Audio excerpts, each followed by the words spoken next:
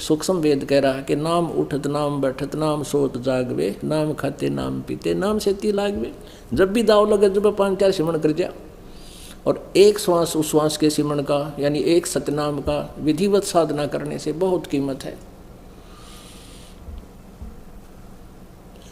Satnam parlour रंगोरी हो, तराजू के एक पलड़े में सतनाम का एक सिमरण रख दे और 14 लोग चढ़ावे राम रंगोरी हो, और 3 लोग ये पृथ्वी और स्वर्ग और पाताल लोग पास्यंग धरे रंगोरी हो, और तो ना तुला तुलाया राम रंगोरी हो। एक दिन में 500-400 जोटे मार दिए इस एक सांस के सिमरण के, बन गए ना सेठ तुम तक।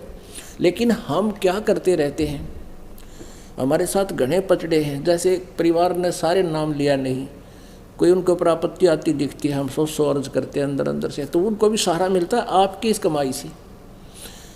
तो इसका तो सही तरीका ये है कि पूरा परिवार नाम ले ले, और रिश्तेदारों तो भी आ जाए शरण में, फिर किसी की दुआ करने की जरूरत ना पड़ा उन्हें, हमारी कमाई सुरक्षित और वो भी सुखी, क्योंकि भगवान उनको भी साथ देगा।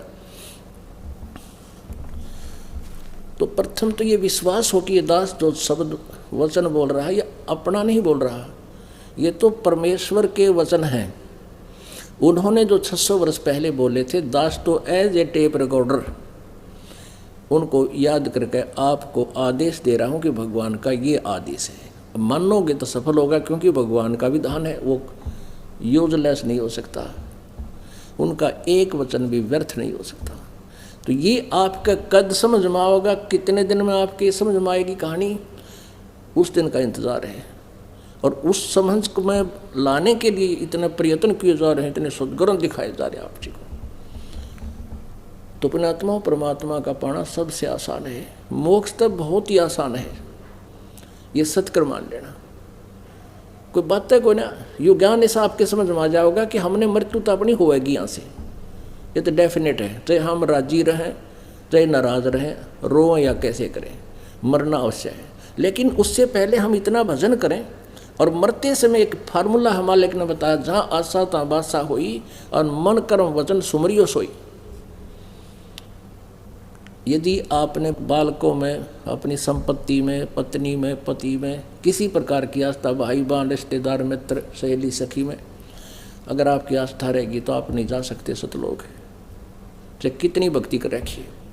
तो अंत समय में हमारी आस्था मरे, जब नो डर लग गया भगवान, फिर जब जन्म हो गया तो ये प्रोसीजर फिर शुरू।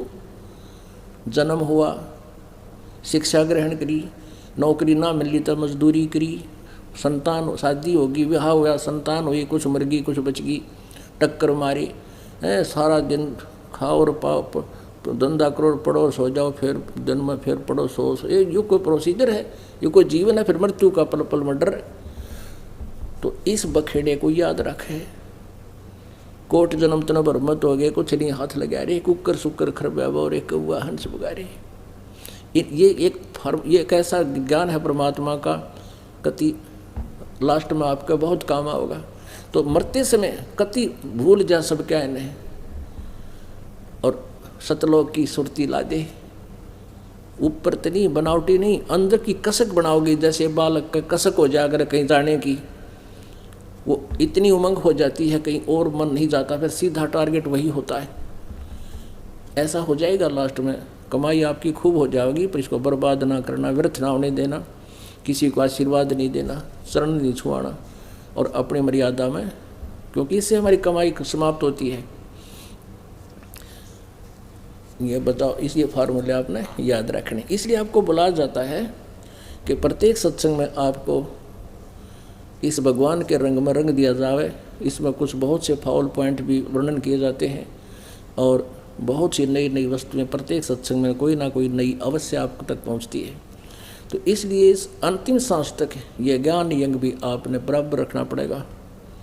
सत्संग में आना पड़ेगा, दर्शनार्थ आना पड़ेगा, क्योंकि जब तक हम मरीज हैं डॉक्टर के संपर्क में रहना पड़ेगा।